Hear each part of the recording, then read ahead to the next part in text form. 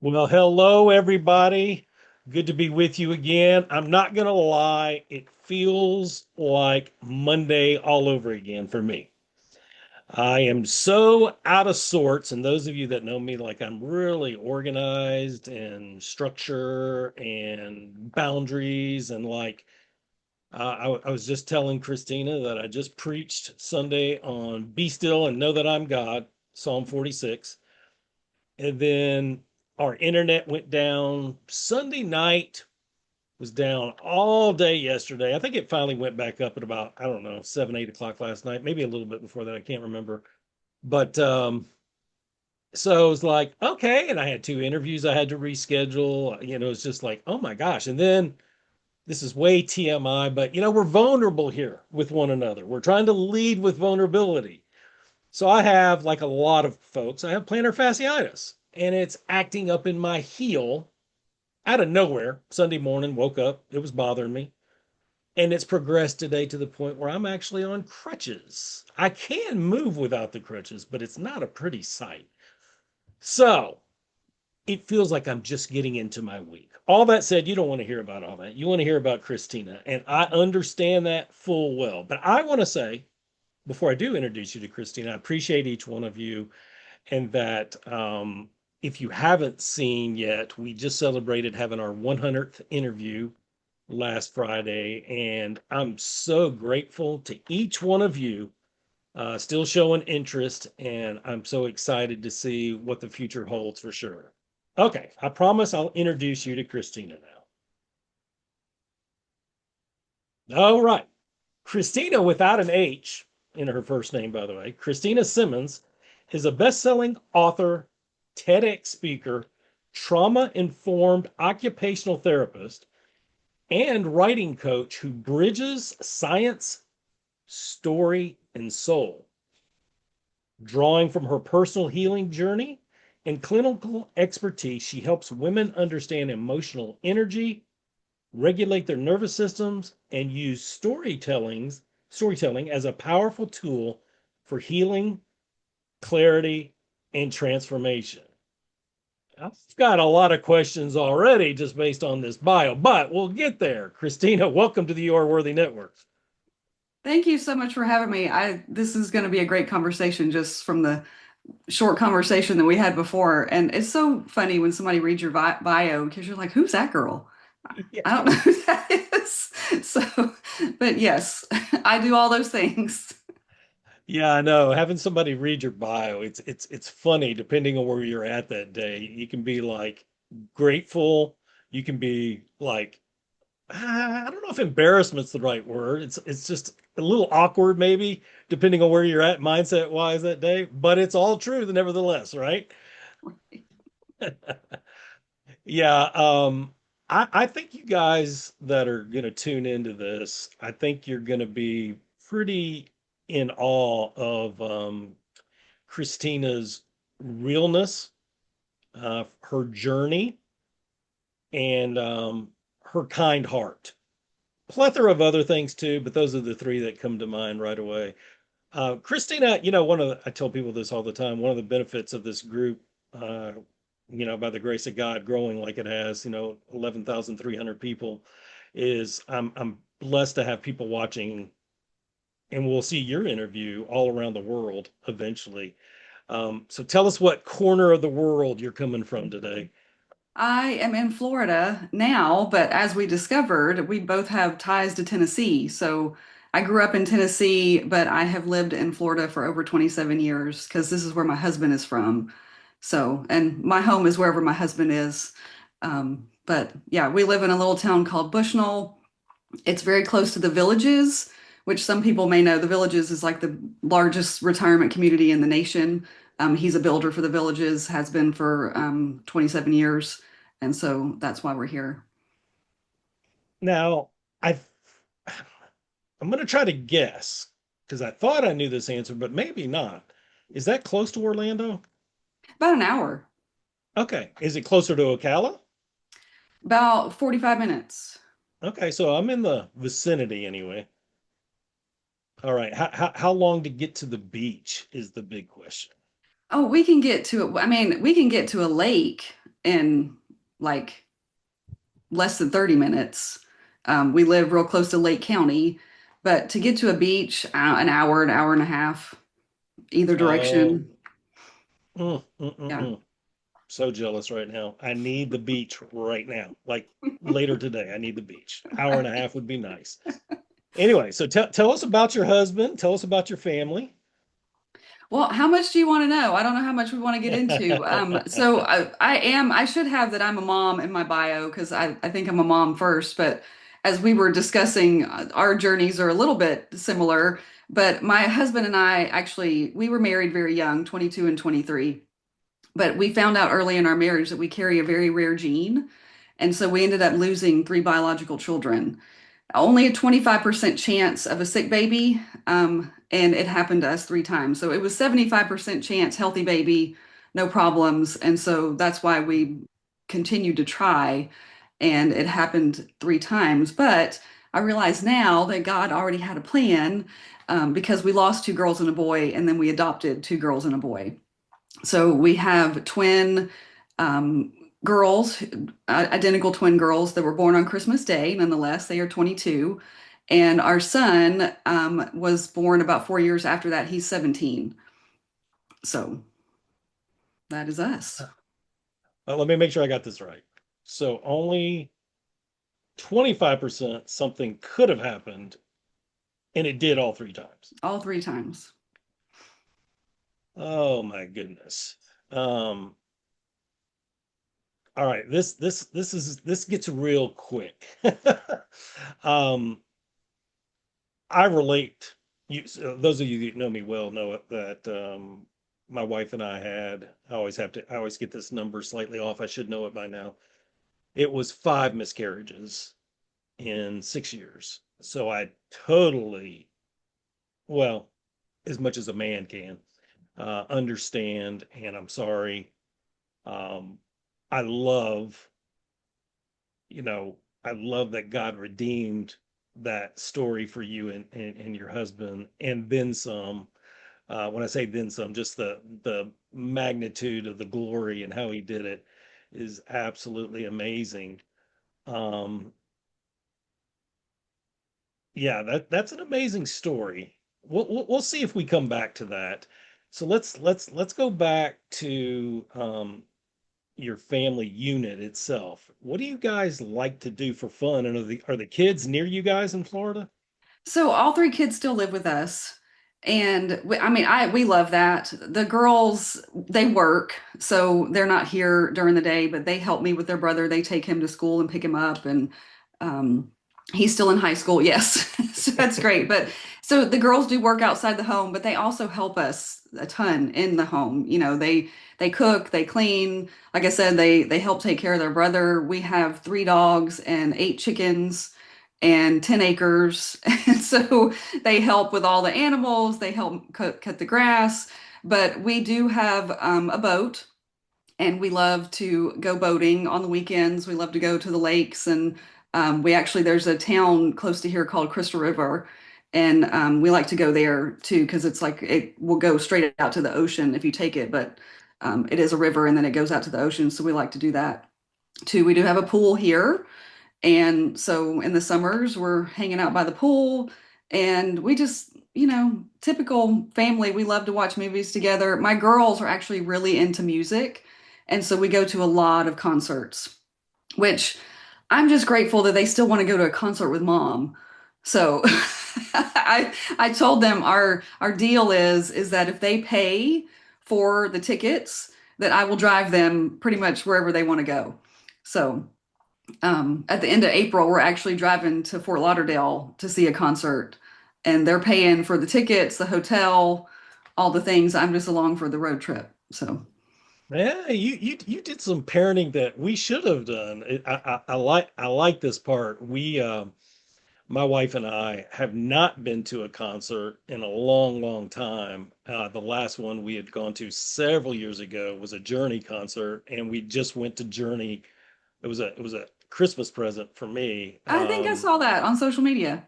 Yeah, and we took our two boys, our daughter's in another state, but we took our two boys, and it was their first big concert, and we had a blast. And then And then another additional Christmas present is my wife and I only are going 4 hours away to see a band that I've wanted to see for a long time in St. Louis.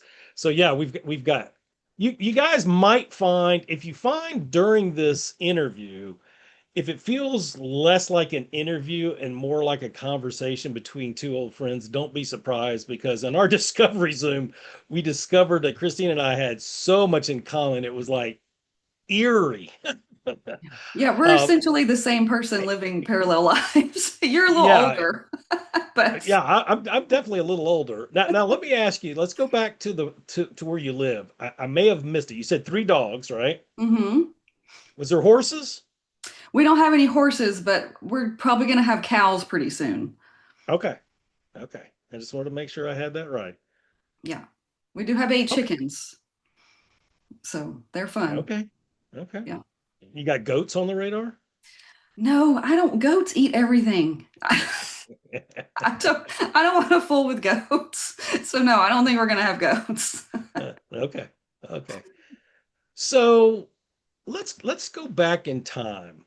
Let's go back to senior year in high school. And I don't remember if we covered this or not. Senior year in high school, Murfreesboro, Tennessee. For you guys that don't know where Murfreesboro is, it's basically just an extension of Nashville now. It's about 30 miles southeast. Middle Tennessee State University used to be all that it was known for, besides a couple of plants that were close by. That's where Christina grew up. Was it Oakland High School or Riverdale? Because those were the only two Oakland. back then, right? Oakland. Hmm. Oakland High School. You're a couple of weeks away from graduating. You got the cap and the gown. You got the days marked off in your calendar. I want to understand where you were on the spectrum of, oh, I'm going to miss this place. This was great. I love my teachers. I love my classmates. I love the security of it. I'm scared of what's next. I don't want to leave this. I wish I could. I don't know. Too many people say I want to come back one more year, but maybe. Or was it senioritis to the max? I can't wait to bust out of here. I know what I'm doing this summer. I know where I'm going in the fall. I know what I want to do with my life. Because as you know, 18-year-olds are all over the place on that spectrum. Where were you? So I was probably somewhere in between because I had, and well, this is going to go into my past a little bit more, but I did not have a great relationship with my dad. And so I had actually, my dad worked, the reason we lived in Murfreesboro is because he worked for Nissan. So we moved there because of the Nissan plant in Smyrna. And so he knew he didn't want to live in Smyrna, but Murfreesboro was pretty close. And so from Nissan, I had gotten a scholarship to attend Middle Tennessee State University, which paid for my dorms. Part of it paid for my dorms. So I think I was most excited to be moving out of the house and away from my dad. I know that sounds terrible, but that was like a real thing. I mean, I'm just being honest, that was a real thing back then. Um, Even though I was literally down the street from where they lived, but still, I felt like I was going to be independent and on my own and, going to college and had no idea what I wanted to do. When I started college, I was actually enrolled in something that my dad wanted me to do, not what I wanted to do. So that was something that I had to learn pretty quickly. Like, what are my dreams, and what are these other dreams that people have for me that I'm taking on that I don't need to do that anymore. So, but yeah, I was probably somewhere in between. I didn't love high school. I was a little bit of a nerd, um, kind of a late bloomer, if you want to say it that way. So never really knew where I fit in. I had a few close friends, but I didn't really have like a tight knit circle or anything. I played some sports, but I was never like the best or the worst. So yeah, I was just excited for new adventures, I suppose. Yeah, it makes total sense. You wanted to, even if it was just a few miles away, get out of the house and have your independence. And then you got to Middle Tennessee State and found out that everybody went home on the weekend except for about 10 people, and you were one of those 10, right? I did take my laundry home pretty often. So Yeah, yeah. yeah. So, what did you do early on as a career? Because I definitely want to get to the exciting things that have been happening as of late, but I'm assuming there was a bridge in there somewhere. What did you do early on? So I thought that I wanted to be, I started out pre-pharmacy and I figured out pretty quickly that I could not do chemistry and made the first D I've ever made in my life. Christina Borges, that was my maiden name. That's how I am on Facebook. Christina Borges did not make D's. She made straight A's. Like that was just Mm, not happening. And so I quickly changed my major to a biology major and didn't have any idea what I wanted to do with that. Of course, and my mother was like, "Well, what are you going to do with a biology degree? Like that's not going to mean anything." But that degree got me every job I'd ever gotten once I graduated. You know what I mean? They didn't care what your degree was. They just wanted to know that you went to school and made a right. commitment to something. But interestingly enough, I graduated from MTSU in '99, and I'm telling everybody how old I am now, but um, I met my husband in '98. And so we were, let me think here. I graduated in '98. I graduated in December of '98, and we were married in February of '99. And I moved to Florida, as you know, before we were married. So I didn't really use my degree. I went to work at what was that called? I don't even think they have those anymore. It was like a collection agency. It was called Blazer Financial. I don't even know if you remember Hmm. these type of companies, but they did these personal loans essentially. And but most of them were to people who really should not have been getting money on credit and then couldn't pay us back. And so we were always calling them to collect a debt. And I hated it. It was the worst job ever. I felt like a terrible person. And then from there, I went into like mortgage lending and title companies and working for attorneys and hated all that too and thought there's got to be something better than this. I don't feel like I'm helping anybody. And so when our son was diagnosed on the autism spectrum at the age of 4, and I couldn't find anybody to help him, I said, "Well, I know what I'll do." And my husband thought I was crazy, but the girls were still pretty small. He was 4. They were trying to kick him out of school. He was just running our whole household, full on 45-minute screaming fits and the whole thing. And I decided that I would go back to school to get my occupational therapy degree. So at the age of 39, that is what I did. I went back and got my assistant, and then I went back 2 years later and got my master's. And so now I have my master's in occupational therapy. And so I worked in that for a little while, um, all kinds of hand clinic, geriatrics, pediatrics, pretty much all over the board with occupational therapy.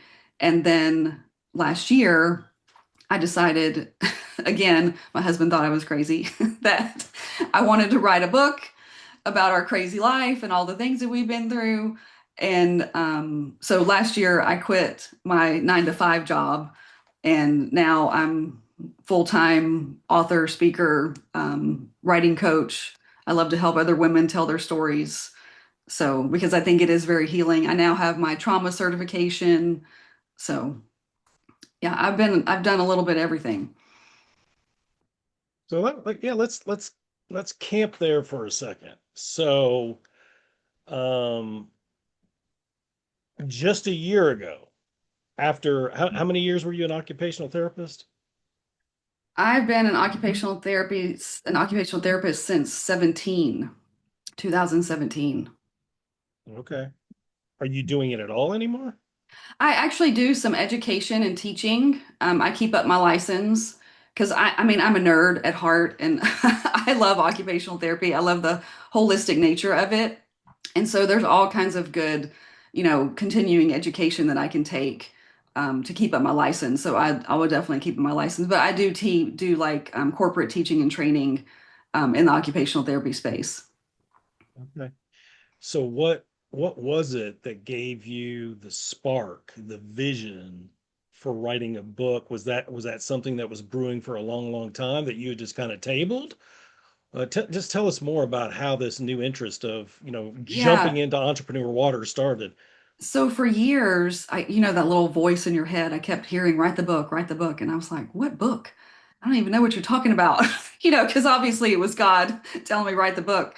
And then in 2015, they found a tumor growing from the inside of my femur bone. And so, kind of like you on your crutches right now with your plantar fasciitis, I had to sit down for a while. And so that's when I started writing my book because I was bedridden. I had to have two major surgeries. I had to have a bone biopsy, and then they had to go in and cut about an 8-inch hole in my femur bone and take out all the bad stuff and fill it with synthetic. And so now I have a plate and 7 screws in my leg, which I'm very grateful for because the first option on the table was amputation. So that was when we went in and we first got the diagnosis. That was what the doctor said. Usually, when I see scans like this, it means amputation. And I'm like, well, what else? What other options you got, doc? Because we don't want to do Wow. that. Um, so, yeah, I feel very fortunate to have a leg. I still pretty much do everything I want to do. I don't typically run unless something's chasing me, but I can run. So I'm grateful for that. But I do work out, every day. I walk. I can jump, all that kind of thing. So, um, but yeah. So they actually replaced the femur? No, they dug out all whatever it was that was inside there. They dubbed it atypical borderline, because if it had been chondrosarcoma, which is bone cancer, that was when they would have amputated so that it wouldn't spread. But they didn't even they sent it to Johns Hopkins, which is, they're like foremost on the subject, and they didn't even know what it was. They just said it was atypical borderline. So he just cut a hole in it, but that's why I had to cover it with a plate. So Wow. Yeah, I'm going to show my age with this comment. You must be confused for Lindsay Wagner, the $6 million woman. yeah, I can hear the music. Yeah. Oh my goodness. So tell us about the process of writing the book, what the book's about, and what that's led to. So I started writing it in 2015 and then pitched it to a few publishers, didn't get any bites. I had some interviews with some people and they just said, we really don't think that we can sell this. And it's funny because the book that I wrote in 2015 is a completely different book from the one I wrote last year. But there was so much more life that had happened, in those 10 years. And I had changed. I had grown so much. And I titled the book Eat Your Feelings because I struggled nearly my entire life, which I didn't realize this until about 5 years ago, but I had struggled nearly my entire life with stuffing down my emotions. So instead of processing all of the trauma that I had been through, I was just stuffing them down with food. And it was really my son that helped me to realize that because he had so many difficulties with food and so many sensory issues Mm, that I didn't realize that it was like comforting to me. We talk about comfort food and that kind of thing, but I mhm. totally was associating the different types of food that I was eating with all my different emotions. And so, but I joined a mastermind and we talked a little bit about that too. My mentor is Amberly Lago, and I absolutely adore her. She is one of my favorite humans on the planet. She completely changed my life. But the reason I joined her mastermind is because she had written a book and she was speaking, and those were the things that they weren't necessarily what I wanted to do because those things scared me to death. But that was what I felt that God was calling me to do. And so she helped me to find like a developmental editor and a publisher. And the process was actually really fun. I mean, it was hard, don't get me wrong. Writing a book is very therapeutic, especially when your story is as heavy as mine. But I think I really needed that to move through that, some of the last pieces that I hadn't processed. And so I learned a lot about myself in the process. It brought our family closer together. I had let go of a lot of things I had been holding on to for a lot of years. So, and now it's actually helping people, which, has been my prayer the whole time. So that is just the coolest thing when, somebody messages you about thank you for writing this book and they can see themselves in your story and it encourages them to step out of their comfort zone. I mean, I think that's why we're all really here, so it's been quite a journey. I want to make sure I understood something you said a couple of minutes ago. So you started writing this book 2015. Were there two different books, or did the first book just evolve into Eat Your Feelings? It did evolve into Eat Your Feelings, but I cut most of the old book out. Like, I mean, it was just it was like I was a totally different person. My voice, my writing voice had completely changed. Hmm. But that was even kind of cool to see, and now, I have like journal writings from years ago. You write something in your journal and you're like, who wrote that? I don't even remember writing that. Right? Yeah, but it's just it's amazing to see how we change over time.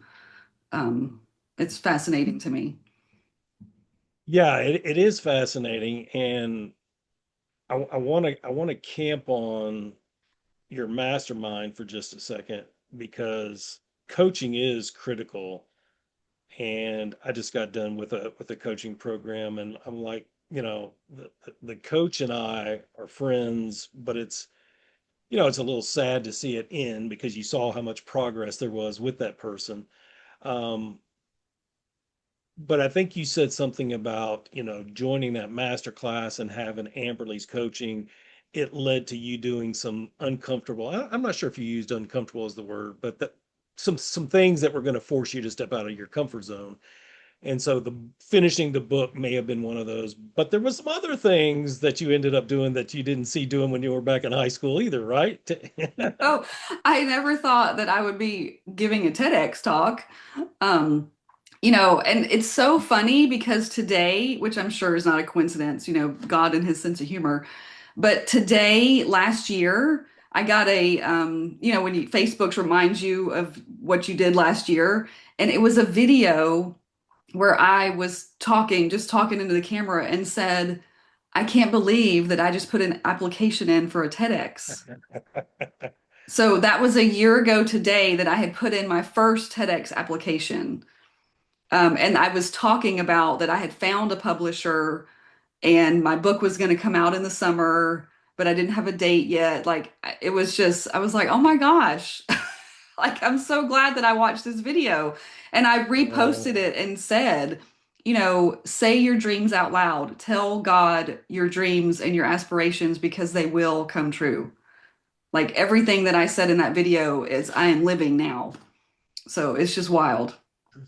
so tell us about that process because I happen to know you did your TEDx in your hometown, but that Hmm. probably wasn't the first place you applied either, was it? No, no, and people put in hundreds of TEDx applications sometimes and that, never get picked. But this is what I've found, and anybody out there who's wanting to do a TEDx, you need to stay in your community because really the TEDx talks are really built around community. And so, Shannon Wheeler is the one who was the curator in Murfreesboro, and he is a community guy to the core. Like he loves Murfreesboro. He, he loves his people. He loves to love on his people. And I felt so fortunate to be chosen to give my TEDx in Murfreesboro. I mean, my mama was there, my Mm. sister, my best friend that lives in Paris, Tennessee, drove. It was quite a long way, but within driving distance. She drove to, see me in person. I mean, it was amazing to be able to do it there. It was, you want to talk about a full circle moment, an 18-year-old Christina. Like it was pretty cool. And what's funny is one of my friends from high school is actually the one, she had seen all the stuff I was posting on social media and she messaged me on Messenger just like you did and said, "Hey, they're doing TEDx in Murfreesboro, you should apply." And that's why I applied. I didn't even know. I had no idea they were doing a TEDx in Murfreesboro. But that's the advice I've been giving people is stay in your community and try to get it in your area. Go to the TEDx's, meet the curator, meet the other speakers, like really get involved. Because then they get to know you. You know, it's that know, like, and trust factor we're always talking about in entrepreneurship. You really do need to have a true connection to people. So Yeah, remarkable. So you ended up giving the talk when, and what did you do your talk on?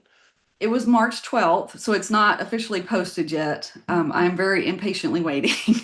So it can take up to 90 days for them, you know, to edit it, send it to TED, and for it to get approved and all that kind of stuff.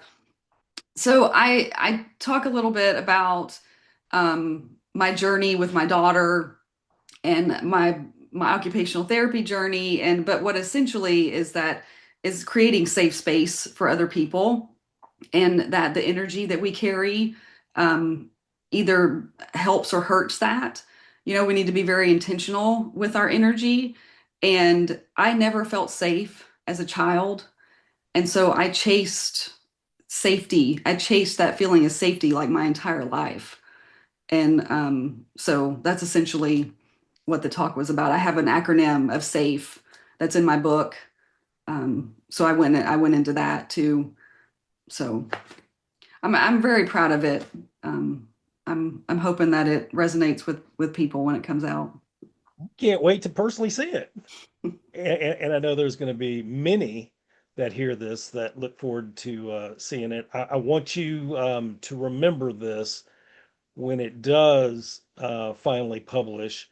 Please circle back and insert that into the comment section of our interview because you know Oh, like you said, it could be a while before it's out there, but we definitely want people to have access to it.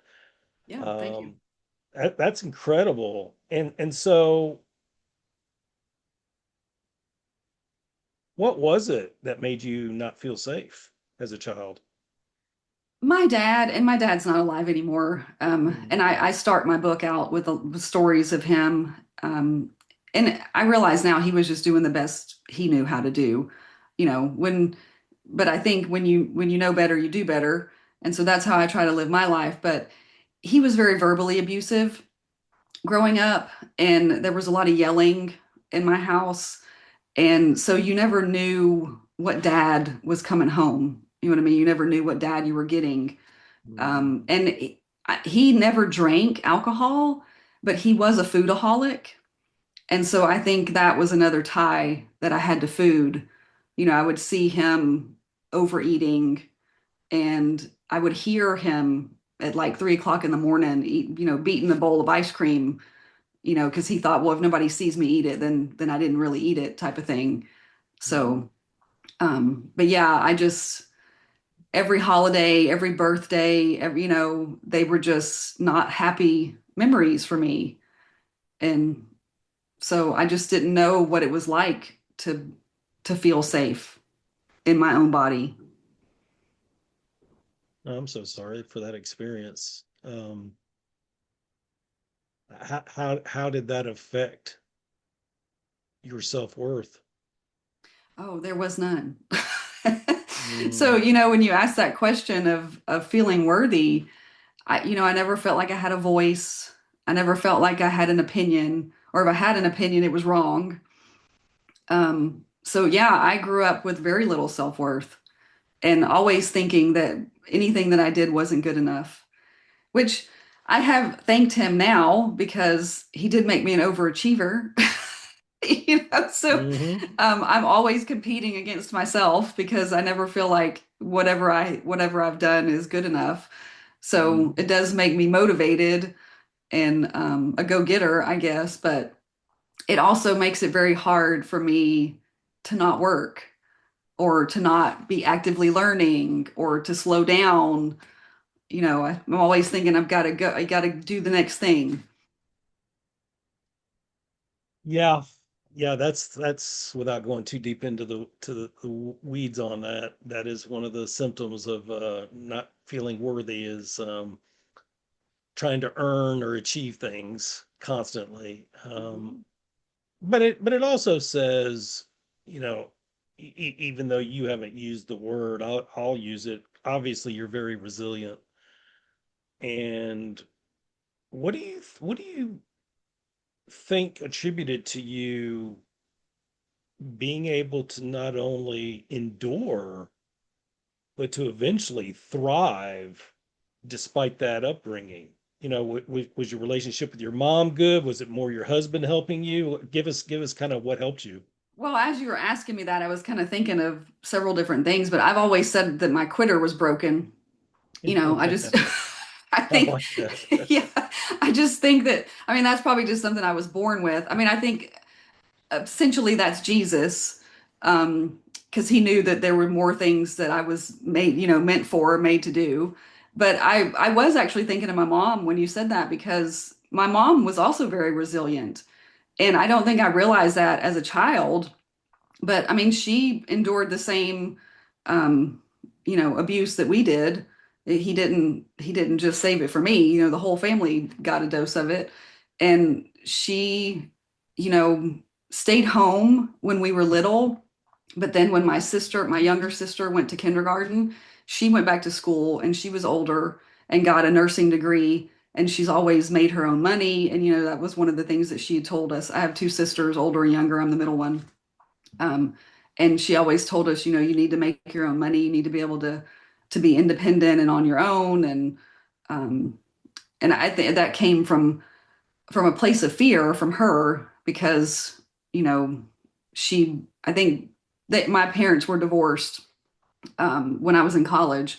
And so I think at some point she knew that she was going to leave him or something was going to happen. They were going to split up. And so she wanted to make sure that she was financially stable and could take care of herself. But she is 74 and still works full time in a surgery Wow. center. I mean, she's like a force of nature. She runs circles around those 30-year-olds. So yeah, I definitely got it from her. But my husband has been like my rock. I mean, we have been through more things than most people endure in a lifetime and the amount of 27 years. And it has definitely not been easy, but he has always supported me and however crazy he thinks I am, he, he has supported me through all of it. So very grateful for him. Yeah, I had a feeling your mom was probably tough as nails. Yeah, she's something else. Yeah, there's so many different directions I could go, but let me ask you this. How's your son today? My son. I love that boy, but you want to talk about a thorn in my side. He's great. We are having a lot of trouble with English, and we're going to have to do some summer school. But I never thought that he would ever be able to go to public high school. And so he is in public high school. He's a junior in public high school. And we're coming to the end of the year. And like I said, we've had a lot of trouble with English, but he is doing better than I ever thought he would be able to do. And so I'm very, very grateful for that. And like I said, we still have our challenges, and he's quirky and he's awkward but those are all the things that make him him and that I love about him. Um, but yeah, he's taught me a lot. I mean, he's actually one of the ones because in my TEDx talk, I actually talk about nonverbal communication because I worked in the school system. I worked with kids on the spectrum mostly. We worked in the ESE department, and my favorite kids were the non-speaking autistic kids. Like that was my jam. And there's so much that you can say without ever saying a word. Hmm. And he's the one who taught me that because I realized that when I approached him or when I um, had an exchange with him, my energy had to be calming because he could skyrocket in a second and it didn't take much to set him off and then you can't bring him back down. So yeah, I'm grateful for all the hardship that we've had with him because it's definitely made me a better communicator with everybody having to communicate with him. It's amazing the situations, but even more importantly, the people that God puts in our lives to help us to grow. And I'm sure when you look at your journey, yeah, not just from 18, but even from the time you were married and becoming a mom until now, the amount of tremendous growth is just indescribable. Yeah, I'm a different person from just 2 years ago. And I do a lot of podcasts, and I know it sounds kind of corny, but I see the world differently now. It's like I have completely different eyes. I mean, everything, all of my senses. It's like I was living underwater for a lot of years. Like, I was very disassociated because of all the trauma. And so it was almost like I was watching from outside myself, like watching a movie, sort Hmm. of. And so now it's like, smells are more vibrant and the colors are prettier, and nature looks different to me. Like, I don't know, I just see the world completely differently now than I did even a couple years ago. Hmm. Remarkable. So tell us what's around the corner. Okay. So, new author, newer speaker. Is it more speaking? Is it more writing? Is it more coaching women? Is it all of that? Is there something new you can share with us? Yes, all of that. I definitely do want to get into more corporate spaces. I'd love to get like do retreats and workshops. I have learned something about myself in the past 6 months, even because I do love speaking, but I really love facilitating more. I love to have an exchange. I love to teach something and then get immediate feedback, or Hmm. to watch that light bulb go off. When you teach some of these things to people. I think that's why I loved teaching kids, is because you could actually see them learn. Like, that was the coolest thing to me. The pre-Kers, the preschoolers, like the 3-year olds, the 3 and 4-year olds were Hmm. my absolute favorite, because you could watch them learn something. That is just the coolest thing to me, when you see somebody's the light in their eyes come on. Um, but the thing that I'm kind of most excited about right now, and I didn't tell you this the other day, but God has also put on my heart to do missions.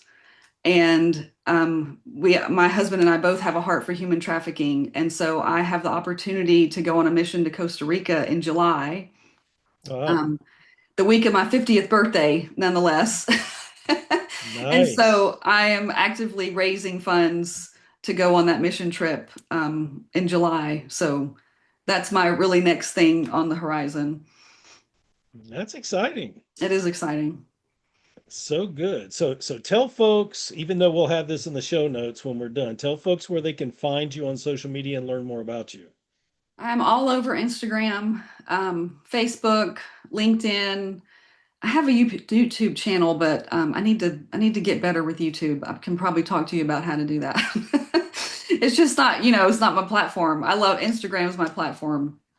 I have a website, CristinaPSimmons.com, and you can get my book on Amazon. So back to the comment section.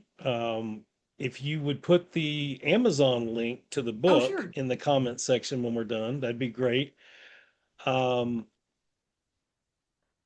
yeah, YouTube's a whole nother thing for sure. Like we could do a swap. I can help you with YouTube. You could help me with Instagram because I don't use Okay, Instagram that's a at all. deal. I got Yeah, Instagram down. yeah.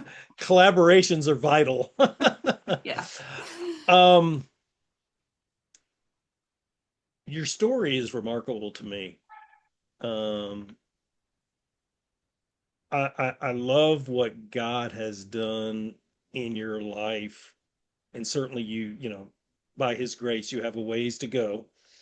Um, but we have a sub theme in our group, and it's called "Your Story's Not Over Yet."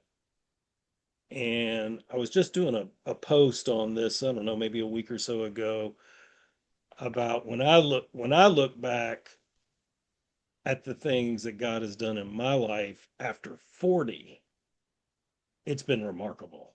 Mhm. And there's been some excruciating wilderness seasons in between those milestones. But I think that's most of us that are going to Yeah. be faith filled on the journey.